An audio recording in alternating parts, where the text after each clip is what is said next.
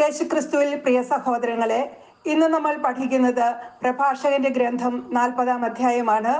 മഹനായും ചാനലിന്റെ ഈ പുതിയ വീഡിയോയിലേക്ക് ഏവർക്കും സ്നേഹപൂർവ്വം സ്വാഗതം. ചോദ്യം 1. പ്രഭാഷകന്റെ ഗ്രന്ഥം 40-ാം അധ്യായത്തിൽ എത്ര വാക്യങ്ങളുണ്ട്? ഉത്തരം 30 വാക്യങ്ങൾ. 40-ാം അധ്യായത്തിൽ 30 വാക്യങ്ങളാണുള്ളത്. പ്രഭാഷകന്റെ ഗ്രന്ഥം 40-ാം അധ്യായത്തിൽ എത്ര ശീർഷകങ്ങളുണ്ട്? ഉത്തരം 1 ശീർഷകം.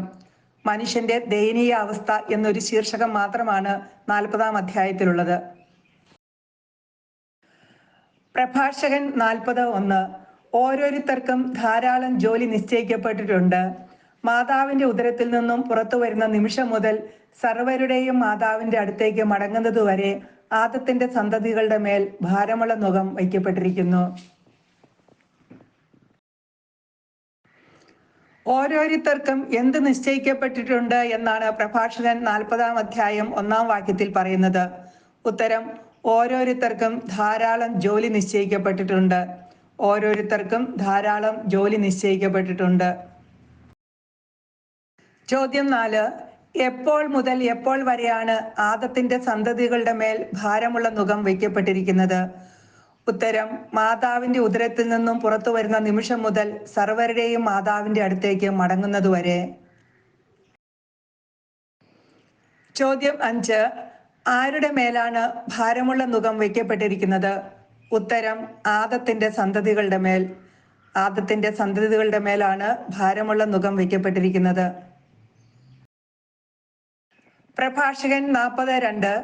അവരുടെ ഹൃദയചാഞ്ചല്യവും ഭയവും ഉത്കണ്ഠയും മരണദിനത്തെക്കുറിച്ചാണ്. ചോദ്യം 6. അവരുടെ ഹൃദയചാഞ്ചല്യവും ഭയവും ഉത്കണ്ഠയും എന്തിനെക്കുറിച്ചാണ്? ഉത്തരം മരണദിനത്തെക്കുറിച്ച്. ചോദ്യം 7. ആരാണ് മരണദിനത്തെക്കുറിച്ച് ഉത്കണ്ഠപ്പെടുന്നത്? ഉത്തരം ആദത്തിന്റെ സന്തതികൾ. ആദത്തിന്റെ സന്തതികളാണ് മരണദിനത്തെക്കുറിച്ച് ഉത്കണ്ഠപ്പെടുന്നത്. പ്രഭാഷകൻ 40-ാം അധ്യായം 3, 4, 5 വാക്യങ്ങൾ. വിശിഷ്ടമായ സിംഹാസനത്തിൽ ഉപവിഷ്ടനായ രാജാവ് മുതൽ പൊടിയിലും ചാരത്തിലും കഴിയുന്ന എളിയവൻ വരെ, രാജകീയാങ്കിയും കിരീടവും അണിയുന്നവൻ മുതൽ ചാക്കുടുക്കുന്നവൻ വരെ ഏവരും കോപം, അസൂയ, ആകുലത, അസ്വസ്ഥത, മരണഭീതി, ക്രോധം, മത്സരം എന്നിവയ്ക്ക് അധീനരായിത്തീരുന്നു. കിടക്കയിൽ വിശ്രമിക്കുമ്പോൾ നിശാനിദ്ര അവന് വിഭ്രാന്തി ഉളവാക്കുന്നു. ചോദ്യം 8. കോപം, അസൂയ, ആകുലത, അസ്വസ്ഥത, മരണഭീതി, ക്രോധം, മത്സരം എന്നിവയ്ക്ക് അധീനരായിത്തീരുന്നത് ആരാണ്?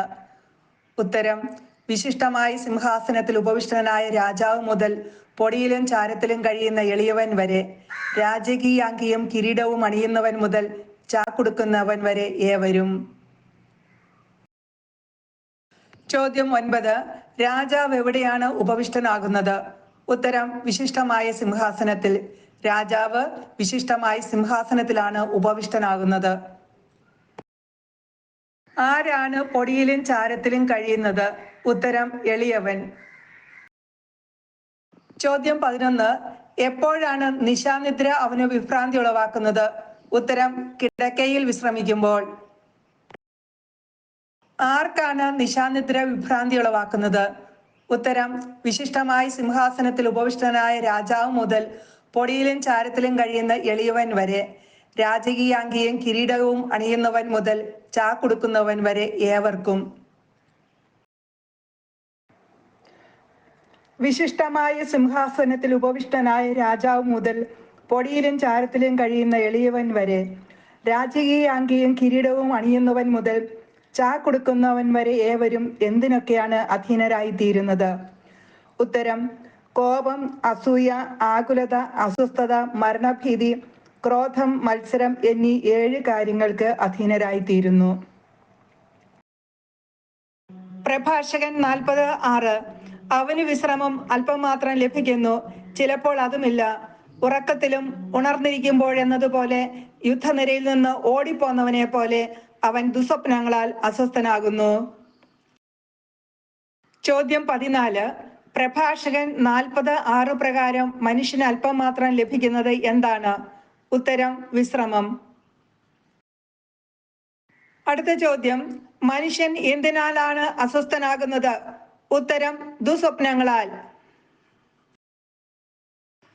മനുഷ്യൻ എന്തുപോലെയാണ് ദുസ്വപ്നങ്ങളാൽ അസ്വസ്ഥനാകുന്നത്? ഉത്തരം, ഉറക്കത്തിലും ഉണർന്നിരിക്കുമ്പോൾ എന്നതുപോലെ, യുദ്ധനിരയിൽ നിന്ന് ഓടിപ്പോന്നവനെ പോലെ. ഉറക്കത്തിലും ഉണർന്നിരിക്കുമ്പോൾ എന്നതുപോലെ, യുദ്ധനിരയിൽ നിന്ന് ഓടിപ്പോന്നവനെ പോലെ മനുഷ്യൻ ദുസ്വപ്നങ്ങളാൽ അസ്വസ്ഥനാകുന്നു. പ്രഭാഷകൻ 40:7 രക്ഷയോടടുക്കുമ്പോൾ അവൻ ഞെട്ടിയുണരുകയും ദുസ്വപ്നങ്ങളാണെന്നറിയുമ്പോൾ വിസ്മയിക്കുകയും ചെയ്യുന്നു. അടുത്ത ചോദ്യം, എപ്പോഴാണ് അവൻ ഞെട്ടിയുണരുന്നത്? ഉത്തരം, രക്ഷയോടടുക്കുമ്പോൾ. രക്ഷയോടടുക്കുമ്പോഴാണ് അവൻ ഞെട്ടിയുണരുന്നത്. അടുത്ത ചോദ്യം, ദുസ്വപ്നങ്ങളാണെന്നറിയുമ്പോൾ അവൻ എന്ത് ചെയ്യുന്നു? ഉത്തരം, വിസ്മയിക്കുന്നു. ദുസ്വപ്നങ്ങളാണെന്നറിയുമ്പോൾ അവൻ വിസ്മയിക്കുന്നു. പ്രഭാഷകൻ 40-ാം 8-9 വാക്യങ്ങൾ. എല്ലാ ജീവികൾക്കും, മനുഷ്യനും മൃഗങ്ങൾക്കും, പാപികൾക്ക് 7 ഇരട്ടിയും മരണവും രക്തച്ചൊരിച്ചിലും കലഹവും വാളും ആപത്തും ക്ഷാമവും പീഡനവും മഹാമാരിയും വന്നു ചേരുന്നു. മരണവും രക്തച്ചൊരിച്ചിലും കലഹവും വാളും ആപത്തും ക്ഷാമവും പീഡനവും മഹാമാരിയും വന്നു ചേരുന്നത് ആർക്കാണ്? ഉത്തരം, എല്ലാ ജീവികൾക്കും, മനുഷ്യനും മൃഗങ്ങൾക്കും.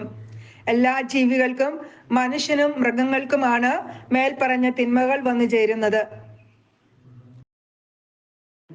പ്രഭാഷകൻ 40:9 പറയുന്ന തിന്മകൾ ആർക്കാണ് 7 ഇരട്ടിയായി വന്നു ചേരുന്നത്? ഉത്തരം, പാപികൾക്ക്. പ്രഭാഷകൻ 40:9 എത്ര തിന്മകളെ കുറിച്ചാണ് പറയുന്നത്? ഉത്തരം, 8 തിന്മകളെ കുറിച്ച്. പ്രഭാഷകൻ 40:9 പറയുന്ന 8 തിന്മകൾ ഏതൊക്കെയാണ്? ഉത്തരം, 1 മരണം, 2 രക്തച്ചൊരിച്ചിൽ, 3 കലഹം, 4 വാൾ, 5 ആപത്ത്, 6 ക്ഷാമം, 7 പീഡനം, 8 മഹാമാരി. പ്രഭാഷകൻ 40:10 ഇവയെല്ലാം സൃഷ്ടിക്കപ്പെട്ടത് ദുഷ്ടർക്ക് വേണ്ടിയാണ്, അവർ നിമിത്തം ജലപ്രളയവും ഉണ്ടായി. പ്രഭാഷകൻ 40:9 പറയുന്ന മഹാമാരികൾ ആർക്ക് വേണ്ടിയാണ് സൃഷ്ടിക്കപ്പെട്ടത്? ഉത്തരം, ദുഷ്ടർക്ക് വേണ്ടി. ദുഷ്ടർ നിമിത്തം എന്തുണ്ടായി എന്നാണ് പ്രഭാഷകൻ 40:10 പറയുന്നത്? ഉത്തരം, ജലപ്രളയം. ആര് നിമിത്തമാണ് ജലപ്രളയം ഉണ്ടായത്? ഉത്തരം, ദുഷ്ടർ നിമിത്തം. ദുഷ്ടർ നിമിത്തമാണ് ജലപ്രളയം ഉണ്ടായത്. പ്രഭാഷകൻ 40:11 മണ്ണിൽ നിന്ന് വന്നത് മണ്ണിലേക്കും ജലത്തിൽ നിന്ന് വന്നത് ജലത്തിലേക്കും മടങ്ങുന്നു. അടുത്ത ചോദ്യം, മണ്ണിൽ നിന്ന് വന്നത് എവിടേക്കാണ് മടങ്ങുന്നത്? ഉത്തരം, മണ്ണിലേക്ക്. മണ്ണിൽ നിന്ന് വന്നത് മണ്ണിലേക്ക് മടങ്ങുന്നു. ജലത്തിൽ നിന്നും വന്നത് എവിടേക്കാണ് മടങ്ങുന്നത്? ഉത്തരം, ജലത്തിലേക്ക്. ജലത്തിൽ നിന്ന് വന്നത് ജലത്തിലേക്ക് മടങ്ങുന്നു. പ്രഭാഷകൻ 40:12 കൈക്കൂലിയും അനീതിയും നിർമാർജനം ചെയ്യപ്പെടും, വിശ്വസ്തത എന്നേക്കും നിലനിൽക്കും. നിർമാർജനം ചെയ്യപ്പെടുന്നത് എന്തെല്ലാമാണ്? ഉത്തരം, കൈക്കൂലിയും അനീതിയും. കൈക്കൂലിയും അനീതിയും നിർമാർജനം ചെയ്യപ്പെടും. കൈക്കൂലിക്കും അനീതിക്കും എന്ത് സംഭവിക്കും? ഉത്തരം, നിർമാർജനം ചെയ്യപ്പെടും. കൈക്കൂലിയും അനീതിയും നിർമാർജനം ചെയ്യപ്പെടും. പ്രഭാഷകൻ 40:12 പ്രകാരം എന്നേക്കും നിലനിൽക്കുന്നത് എന്താണ്? ഉത്തരം, വിശ്വസ്തത. പ്രഭാഷകൻ 40:13 അനീതി പ്രവർത്തിക്കുന്നവന്റെ സമ്പത്ത് കുത്തിയൊഴുക്ക് പോലെ പെട്ടെന്ന് അപ്രത്യക്ഷമാകും, ഭയാനകമായ ഇടിമുഴക്കം പോലെ തകർന്നു പോകും. അടുത്ത ചോദ്യം, അനീതി പ്രവർത്തിക്കുന്നവന്റെ സമ്പത്തിന് എന്ത് സംഭവിക്കും? ഉത്തരം, കുത്തിയൊഴുക്ക് പോലെ പെട്ടെന്ന് അപ്രത്യക്ഷമാകും, ഭയാനകമായ ഇടിമുഴക്കം പോലെ തകർന്നു പോകും. ആരുടെ സമ്പത്താണ് കുത്തിയൊഴുക്ക് പോലെ പെട്ടെന്ന് അപ്രത്യക്ഷമാകുന്നത്? ഉത്തരം, അനീതി പ്രവർത്തിക്കുന്നവന്റെ സമ്പത്ത്. അടുത്ത ചോദ്യം, ഭയാനകമായ ഇടിമുഴക്കം പോലെ തകർന്നു പോകും എന്ന് പറയുന്നത് എന്തിനെ കുറിച്ചാണ്? ഉത്തരം, അനീതി പ്രവർത്തിക്കുന്നവന്റെ സമ്പത്തിനെ കുറിച്ച്. അനീതി പ്രവർത്തിക്കുന്നവന്റെ സമ്പത്ത് ഭയാനകമായി ഇടിമുഴക്കം പോലെ തകർന്നു പോകും. പ്രഭാഷകൻ 40:14 ഔദാര്യശീലന് സന്തോഷം ലഭിക്കും, പാപികൾ നിശേഷം പരാജയപ്പെടും. പ്രഭാഷകൻ 40:14 പ്രകാരം ആർക്കാണ് സന്തോഷം ലഭിക്കുന്നത്? ഉത്തരം ഔദാര്യശീലന്. ഔദാര്യശീലനാണ് സന്തോഷം ലഭിക്കുന്നത്. പ്രഭാഷകൻ 40:14 പ്രകാരം ആരാണ് നിശേഷം പരാജയപ്പെടുന്നത്? ഉത്തരം പാപികൾ. പാപികളാണ് നിശേഷം പരാജയപ്പെടുന്നത്. പ്രഭാഷകൻ 40:14 പ്രകാരം പാപികൾക്ക് എന്ത് സംഭവിക്കും? ഉത്തരം നിശേഷം പരാജയപ്പെടും. പാപികൾ നിശേഷം പരാജയപ്പെടും. പ്രഭാഷകൻ 40:15 ദൈവഭയമില്ലാത്തവന്റെ സന്തതി അധികം ശാഖ ചൂടുകയില്ല, വെറും പാറമേൽ പടർന്ന ദുർബലമായ വേരുകളാണവർ. പ്രഭാഷകൻ 40:15 പ്രകാരം ദൈവഭയമില്ലാത്തവന്റെ സന്തതിക്ക് എന്ത് സംഭവിക്കും? ഉത്തരം അധികം ശാഖ ചൂടുകയില്ല. ദൈവഭയമില്ലാത്തവന്റെ സന്തതി അധികം ശാഖ ചൂടുകയില്ല. പ്രഭാഷകൻ 40:15 പ്രകാരം ആരാണ് അധികം ശാഖ ചൂടുകയില്ലാത്തത്? ഉത്തരം ദൈവഭയമില്ലാത്തവന്റെ സന്തതി. ആരാണ് വെറും പാറമേൽ പടർന്ന ദുർബലമായ വേരുകൾ? ഉത്തരം ദൈവഭയമില്ലാത്തവന്റെ സന്തതി. പ്രഭാഷകൻ 40:16 ജലാശയ തീരത്തിലോ നദീതടത്തിലോ വളരുന്ന ഞാങ്ങണ ഏത് പുല്ലിനെയുംകാൾ വേഗത്തിൽ പിഴുതെടുക്കാം. അടുത്ത ചോദ്യം, ഏത് പുല്ലിനെയുംകാൾ വേഗത്തിൽ പിഴുതെടുക്കാവുന്നത് ഏതാണ്? ഉത്തരം ജലാശയ തീരത്തിലോ നദീതടത്തിലോ വളരുന്ന ഞാങ്ങണ. പ്രഭാഷകൻ 40:17 കാരുണ്യം അനുഗ്രഹത്തിന്റെ ആരാമം പോലെയാണ്, ദാനധർമ്മം എന്നേക്കും നിലനിൽക്കുന്നു. പ്രഭാഷകൻ 40:17 പ്രകാരം അനുഗ്രഹത്തിന്റെ ആരാമം എന്താണ്? ഉത്തരം കാരുണ്യം. അനുഗ്രഹത്തിന്റെ ആരാമം കാരുണ്യമാണ്. അടുത്ത ചോദ്യം, പ്രഭാഷകൻ 40:17 കാരുണ്യത്തെ എന്തിനോടാണ് ഉപമിച്ചിരിക്കുന്നത്? ഉത്തരം അനുഗ്രഹത്തിന്റെ ആരാമത്തിനോട്. പ്രഭാഷകൻ 40:17 പ്രകാരം എന്നേക്കും നിലനിൽക്കുന്നത് എന്താണ്? ഉത്തരം ദാനധർമ്മം. പ്രഭാഷകൻ 40:18 സ്വാശ്രയശീലനും അധ്വാനപ്രിയനും ജീവിതം മധുരമാണ്, നിധി ലഭിച്ചവൻ ഇവരെക്കാൾ ഭാഗ്യവാനാണ്. പ്രഭാഷകൻ 40:18 പ്രകാരം ജീവിതം മധുരമായിരിക്കുന്നത് ആർക്കാണ്?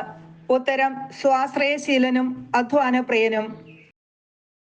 പ്രഭാഷകൻ 40:18 പ്രകാരം സ്വാശ്രയശീലനും അധ്വാനപ്രിയനും ജീവിതം എന്താണ്?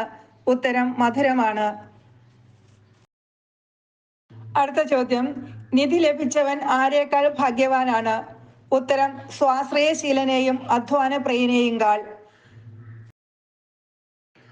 പ്രഭാഷകൻ 40:18 പ്രകാരം ആരാണ് ഭാഗ്യവാൻ? ഉത്തരം നിധി ലഭിച്ചവൻ. നിധി ലഭിച്ചവനാണ് ഭാഗ്യവാൻ. പ്രഭാഷകൻ 40:19 സന്താനങ്ങളും താൻ നിർമ്മിച്ച നഗരവുമാണ് ഒരുവന്റെ പേര് നിലനിർത്തുന്നത്, നിഷ്കളങ്കയായ ഭാര്യ ഇവ രണ്ടിനെയും കാൾ വിലമതിക്കപ്പെടുന്നു. എന്തൊക്കെയാണ് ഒരുവന്റെ പേര് നിലനിർത്തുന്നത്? ഉത്തരം സന്താനങ്ങളും താൻ നിർമ്മിച്ച നഗരവും. സന്താനങ്ങളും താൻ നിർമ്മിച്ച നഗരവുമാണ് ഒരുവന്റെ പേര് നിലനിർത്തുന്നത്. പ്രഭാഷകൻ 40:19. പ്രഭാഷകൻ 40:19 പ്രകാരം ഇവ രണ്ടിനെയും കാൾ വിലമതിക്കപ്പെടുന്നത് എന്താണ്? ഉത്തരം നിഷ്കളങ്കയായ ഭാര്യ. ഭാര്യ ഏതിനെയെല്ലാം കാൾ വിലമതിക്കപ്പെടുന്നുവെന്നാണ് പ്രഭാഷകൻ 40:19 പറയുന്നത്? ഉത്തരം സന്താനങ്ങളെയും താൻ നിർമ്മിച്ച നഗരത്തെയും കാൾ. സന്താനങ്ങളെയും താൻ നിർമ്മിച്ച നഗരത്തെയും കാൾ ഭാര്യ വിലമതിക്കപ്പെടുന്നു. പ്രഭാഷകൻ 40:20 വീഞ്ഞും സംഗീതവും ഹൃദയത്തെ ആനന്ദിപ്പിക്കുന്നു, ജ്ഞാനതൃഷ്ണ ഇവയേക്കാൾ ശ്രേഷ്ഠമത്രേ. പ്രഭാഷകൻ 40:20 പ്രകാരം ഹൃദയത്തെ ആനന്ദിപ്പിക്കുന്നത് എന്താണ്? ഉത്തരം വീഞ്ഞും സംഗീതവും. വീഞ്ഞും സംഗീതവുമാണ് ഹൃദയത്തെ ആനന്ദിപ്പിക്കുന്നത്. അടുത്ത ചോദ്യം, ഹൃദയത്തെ ആനന്ദിപ്പിക്കുന്ന വീഞ്ഞിനെയും സംഗീതത്തെയും കാൾ ശ്രേഷ്ഠമായത് എന്താണ്? ഉത്തരം ജ്ഞാനതൃഷ്ണ. ഹൃദയത്തെ ആനന്ദിപ്പിക്കുന്ന വീഞ്ഞിനെയും സംഗീതത്തെയും കാൾ ശ്രേഷ്ഠമായത് ജ്ഞാനതൃഷ്ണയാണ്. പ്രഭാഷകൻ 40:21 കുഴലും കിന്നരവും ഗാനമാധുരി വർദ്ധിപ്പിക്കുന്നു. ഇവയേക്കാൾ അസാധ്യമാണ് ഇമ്പമുള്ള മനുഷ്യസ്വരം. ഗാനമാധുരി വർദ്ധിപ്പിക്കുന്നത് എന്തൊക്കെയാണ്? ഉത്തരം കുഴലും കിന്നരവും.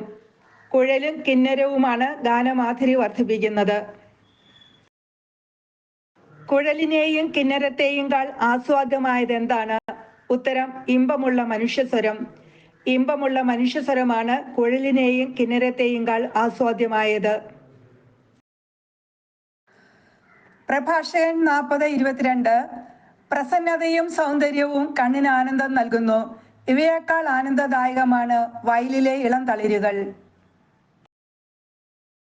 പ്രഭാഷകൻ 40:22 അനുസരിച്ച് കണ്ണിന് ആനന്ദം നൽകുന്നത് എന്തൊക്കെയാണ്? ഉത്തരം പ്രസന്നതയും സൗന്ദര്യവും. വയലിലെ ഇളം തളിരുകൾ എന്തിനേക്കാൾ ആനന്ദദായകമാണ്? ഉത്തരം പ്രസന്നതയെയും സൗന്ദര്യത്തെയും കാൾ. വയലിലെ ഇളം തളിരുകൾ പ്രസന്നതയെയും സൗന്ദര്യത്തെക്കാളും ആനന്ദദായകമാണ്. അടുത്ത ചോദ്യം, പ്രസന്നതയെയും സൗന്ദര്യത്തെയും കാൾ ആനന്ദദായകമായത് എന്താണ്? ഉത്തരം വയലിലെ ഇളം തളിരുകൾ. പ്രഭാഷകൻ 40:23 സുഹൃത്തോ സഹചാരിയോ എപ്പോഴും സ്വാഗതാർഹനാണ്. എന്നാൽ ഭാര്യ ഭർത്താക്കന്മാരുടെ സന്ദർശനം അതിനേക്കാൾ ഹൃദ്യമാണ്. അടുത്ത ചോദ്യം, എപ്പോഴും സ്വാഗതാർഹരായവർ ആരാണ്? ഉത്തരം സുഹൃത്തും സഹചാരിയും. സുഹൃത്തും സഹചാരിയുമാണ് എപ്പോഴും സ്വാഗതാർഹരായവർ. അടുത്ത ചോദ്യം, സുഹൃത്തിന്റെയോ സഹചാരിയുടെയോ സന്ദർശനത്തെക്കാൾ ഹൃദ്യമായത് എന്താണ്? ഉത്തരം ഭാര്യ ഭർത്താക്കന്മാരുടെ സന്ദർശനം. പ്രഭാഷകൻ 40:24 സഹോദരരും സഹായകരും വിഷമസന്ധികളിൽ ഉപകരിക്കുന്നു. ദാനധർമ്മം ഇവരെക്കാൾ സുരക്ഷിതമായ അഭയമാണ്. വിഷമസന്ധികളിൽ ഉപകരിക്കുന്നത് ആരാണ്? ഉത്തരം സഹോദരരും സഹായകരും. സഹോദരരും സഹായകരുമാണ് വിഷമസന്ധികളിൽ ഉപകരിക്കുന്നത്. അടുത്ത ചോദ്യം, പ്രഭാഷകൻ 40:24 പ്രകാരം സഹോദരരെയും സഹായകരെയും കാൾ സുരക്ഷിതമായ അഭയം എന്താണ്? ഉത്തരം ദാനധർമ്മം. പ്രഭാഷകൻ 40:24 പ്രകാരം ദാനധർമ്മം എന്താണ്? ഉത്തരം സുരക്ഷിതമായ അഭയം. ദാനധർമ്മം സുരക്ഷിതമായ അഭയമാണ്. പ്രഭാഷകൻ 40:25 സ്വർണവും വെള്ളിയും പാദങ്ങളെ ഉറപ്പിച്ചു നിർത്തുന്നു. സതുപദേശം ഇവയേക്കാൾ ശ്രേഷ്ഠമാണ്. പ്രഭാഷകൻ 40:25 അനുസരിച്ച് പാദങ്ങളെ ഉറപ്പിച്ചു നിർത്തുന്നത് എന്താണ്? ഉത്തരം സ്വർണവും വെള്ളിയും. പ്രഭാഷകൻ 40:25 അനുസരിച്ച് സ്വർണത്തെക്കാളും വെള്ളിയേക്കാളും ശ്രേഷ്ഠമായത് എന്താണ്? ഉത്തരം സതുപദേശം. പ്രഭാഷകൻ 40:26 ധനവും ബലവും ഹൃദയത്തെ ഉത്തേജിപ്പിക്കുന്നു. ദൈവഭക്തി ഇവയേക്കാൾ അഭികാമ്യമാണ്.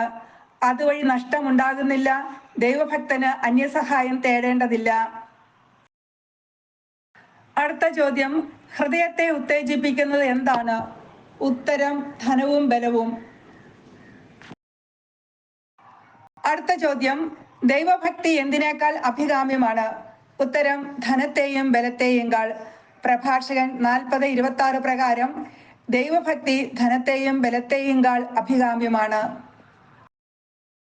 ധനത്തെയും ബലത്തെയും കാൾ അഭികാമ്യമായത് എന്താണ്? ഉത്തരം ദൈവഭക്തി.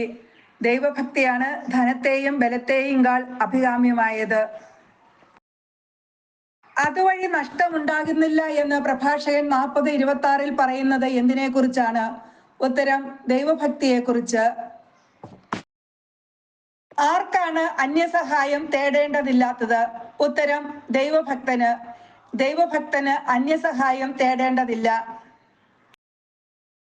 അടുത്ത ചോദ്യം, ദൈവഭക്തന് എന്ത് തേടേണ്ടതില്ല എന്നാണ് പ്രഭാഷകൻ 40:26 പറയുന്നത്? ഉത്തരം അന്യസഹായം. പ്രഭാഷകൻ 40:27 ദൈവഭക്തി അനുഗ്രഹത്തിന്റെ ആരാമം പോലെയാണ്. ഏത് മഹത്വത്തെയും നന്നായി അത് മനുഷ്യനെ ആവരണം ചെയ്യുന്നു. പ്രഭാഷകൻ 40:27 ദൈവഭക്തിയെ എന്തിനോടാണ് തുലനം ചെയ്തിരിക്കുന്നത്? ഉത്തരം അനുഗ്രഹത്തിന്റെ ആരാമത്തിനോട്. ദൈവഭക്തി എന്തുപോലെയാണെന്നാണ് പ്രഭാഷകൻ 40:27 പറയുന്നത്? അനുഗ്രഹത്തിന്റെ ആരാമം പോലെയാണ്. അടുത്ത ചോദ്യം, ഏത് മഹത്വത്തെക്കാളും നന്നായി മനുഷ്യനെ ആവരണം ചെയ്യുന്നത് എന്താണ്? ഉത്തരം ദൈവഭക്തി. പ്രഭാഷകൻ 40:28 മകനെ ഭിക്ഷുവിനെ പോലെ ജീവിക്കരുത്, ഭിക്ഷാടനത്തെക്കാൾ മരണമാണ് ഭേദം.